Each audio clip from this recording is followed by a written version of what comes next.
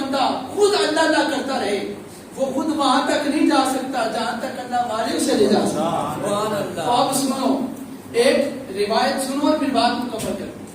ایک درویش ایک بندہ ایسا گناہگار تھا. سوال کرتے ہیں جی کہ ہم بڑے گناہگار ہیں تو کیا ولیوں کی محبت ہمیں فائدہ دے گی؟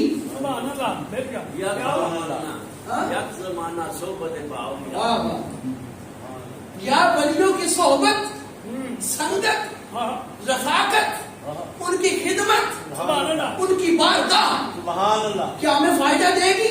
کیا ان کی بارگاہ میں گزارا ہوا ایک ایک لمحہ فائدہ دے گا؟ نیکوں کو تو دے گا کیا گناہگاروں کو بھی دے گا؟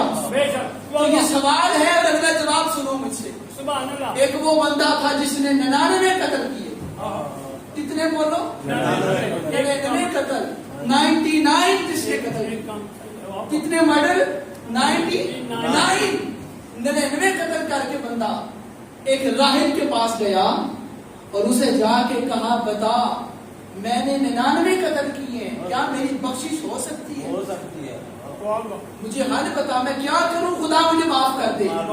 وہ تو ایک قتل بھی معاف نہیں کرتا تو میں نے تو 99 قتل کیے ہیں کیا میری بخشش ہو سکتی ہے؟ جب پوچھا راہب نے جواب دیا. راہب نے اپنی مرضی سے جواب دیا اپنی سوچ سے جواب دیا. وہ کسی اور نبی کا امتی تھا.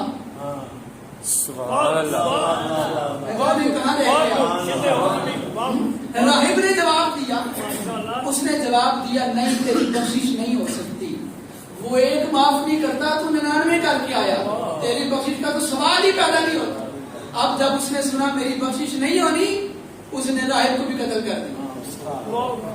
اسے غصہ آیا اور اس نے اس کو بھی پہلی میری بخشش نہیں ہونی تو تیرے کو چڑھا اس کو بھی قتل کر کے پورے 100 قتل کر دیے. اب پورے 100 قتل کر کے وہ گناہگار وہ سیاہکار اب وہ پھر چل پڑا. دل میں پھر آس نکلی کہ کاش میری کہیں سے بخشش ہو جائے. اسے پتا تھا وہ بڑا رحیم ہے. وہ چل پڑا اور پھر وہ آیا ایک عالم دین کے پاس. وہ ایسے عالم کے پاس آیا جس کے پاس علم تھا خدا کی معرفت تھی اور وہ اس بارگاہ کو جانتا تھا اس کی شان کو جانتا تھا اس کی رحیمی کو جانتا تھا اس کی شان غفور کو جانتا تھا. اس نے کہا بتائیے کیا میری بخشش ہو سکتی ہے؟ میں نے 100 قتل کیا ہے. اب اس بندے نے جب بات سنی اس عالم نے بات سنی تو اس نے جواب دیا. اس نے کہا ہاں تیری بخشش ہو سکتی ہے. ہاں تیری بخشش ہو سکتی ہے. سارے بولے تیری بخشش ہو سکتی ہے. اب اس نے پوچھا میری بخشش کیسے ہو سکتی ہے؟ اب راہب نے جواب دیا بھائی تو نے 100 قتل کیا لیکن تیری بخشش ہو سکتی ہے. اس نے کہا وہ کیسے کیا کرنا پڑے گا کیا فارمولہ ہے؟ اس نے کہا فارمولہ میں بتاتا ہوں بڑے آسان سے لفظوں میں بتاتا ہوں. تجھے زیادہ کرنا بھی کچھ نہیں پڑے گا لیکن کسی بارگاہ میں جانا پڑے گا. سبحان اللہ. کسی بارگاہ میں جانا پڑے گا اس حاضری دینی پڑے گی. اس قاتل نے کہا اس بدبخت قاتل نے کہا بتا نہیں بدبخت نہیں کہنا چاہیے جسے خدا معاف کر دے. بتا مجھے کیا کرنا پڑے گا. تو اس پر جناب مطلوب صاحب تشریف لائے ہیں ہمارے گجرانوالہ کے شاعر بھی ہیں نعت خوان بھی بہت پیارے ہیں. اور جب میرے ابا جی کی بلا یہاں پر جمعہ پڑھایا کرتے تھے یہ تب ہمارے پاس درود و سلام کے لیے تشریف لایا کرتے تھے. آپ کو خوشا مدید دیا سارے سبحان اللہ کے یہ ملتے. تو میری بخشش کے لیے کیا کرنا پڑے گا؟ اس نے کہا بھائی فلاں جگہ پر ایک ولیوں کا قبیلہ نہیں سمجھا فلاں جگہ پر اللہ کے نیک بندوں کا صالحین کا ایک قبیلہ ہے. تو وہاں جا ان کے پاس بیٹھ کر ان سے دعا کروانا. اللہ ان کی دعا کو رد نہیں کرے گا تیرے گناہوں کو معاف کر دیا جائے گا. ادھر جا کے وہ بندہ مار گیا. اب یہاں پر روایت میں آتا ہے کہ جب وہ گناہگار قاتل وہاں سے چل پڑا اور وہاں چلتے چلتے اس درویشوں کے آستانے کی طرف ان کی درگاہ کی طرف ان کے قبیلے کی طرف جب وہ چل رہا تھا راستے میں اسے موت آ گئی. کل نفس ذائقۃ الموت والا عمل پورا ہو گیا، اسے موت آ گئی. تو جب موت آ گئی فرشتے آ گئے، موت آ گئی، زمین پہ گر گیا، تو جا کہاں رہا تھا؟ سارے بولو ذرا. درویشوں کے پاس کیا کرنے جا رہا تھا؟ توبہ. کیا کرنے جا رہا تھا؟ سارے بولو رج کے کی کرے چلا سی توبہ کرنے جا رہا. راستے میں فوت ہو گیا. جب راستے میں فوت ہوا فرشتوں نے اٹھایا، اور فرشتوں نے جب اس سے پوچھا، دوسرے فرشتے آ گئے، اسے اٹھا کے لے کے جانے لگے، اس کی روح ساتھ لے کے جانے لگے. کون سے؟ جنت والے. دوزخ والے فرشتے بھی آ گئے. دوزخ والے فرشتوں نے کہا اسے ہم لے کے جائیں گے، اس نے 100 قتل کیا. جن کی توجہ ہوئے گی نا وہ سبحان اللہ آپ ہی کیا لگے. انہیں 100 قتل کیتا ہے، اسے ہم لے کے جائیں. جنت والے کہتے ہیں نہیں، اسے ہم لے کے جائیں. انہوں نے پوچھا بھائی 100 قتل کیے، ہم تو اس لیے لے کے جا رہے ہیں کہ بندے نے 100 قتل کیے، تم کیوں لے کے جا رہے؟ انہوں نے کہا جنت والوں نے ہم اسے اس لیے لے کے جا رہے ہیں کیونکہ یہ توبہ کرنے جا رہا تھا. بولو سبحان اللہ.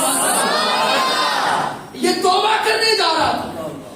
دوزخ والے پھر کہتے ہیں، تکرار ہو رہی، وہ پھر کہتے ہیں بھائی جنت والوں ہم تو اسے اس لیے لے کے جا رہے ہیں کہ قتل تو اس نے کر دیے ہیں، توبہ بھی کی تو نہیں، توبہ بھی کی تو نہیں.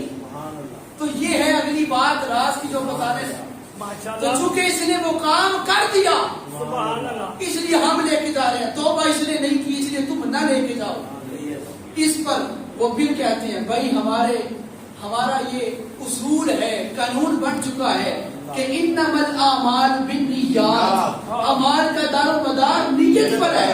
چونکہ اس نے توبہ کی نیت کر لی تھی اس لیے جنت والے آ گئے لینے کے لیے. چونکہ اس نے توبہ کی نیت کر لی تھی، توبہ بھی کر لینی تھی. آستانے پہ پہنچ جاتا تو توبہ بھی ہو جاتی. لیکن اب وہ پھر وہ معاملہ چل پڑا خدا کی بارگاہ میں. وہ فرشتے حاضر ہو گئے خدا کی بارگاہ میں، مالک یہ ہم لینے گئے تھے بندے کو جس نے 100 قتل کیا، یہ جنت والے بھی آ گئے، ہم بھی آ گئے. تو بات ہماری یہ ہوئی ہے وہاں پر کہ اس نے قتل کر لیا لیکن توبہ نہیں کی.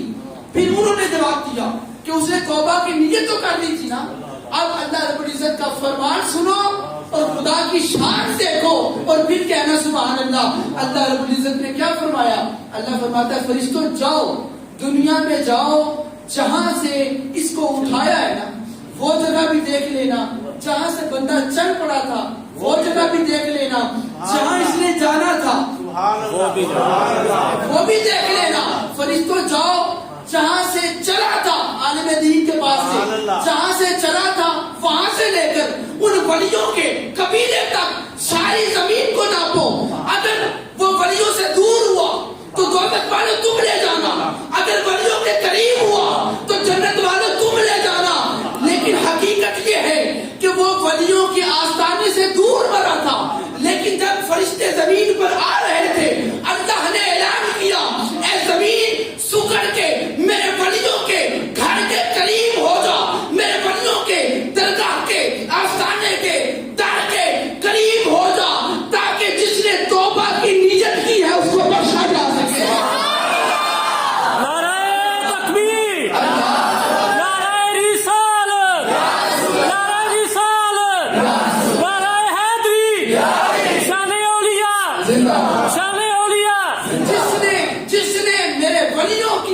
بارگاہ میں حاضری نہیں دی لیکن ولیوں کی بارگاہ میں جانے کی نیت کر لی ہو اس کی بخشش ہو جاتی ہے. تو جو پروگرام بنا کے داتا سمجھا کے آیا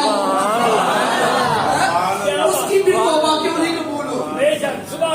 تو فارمولا کیا ہے؟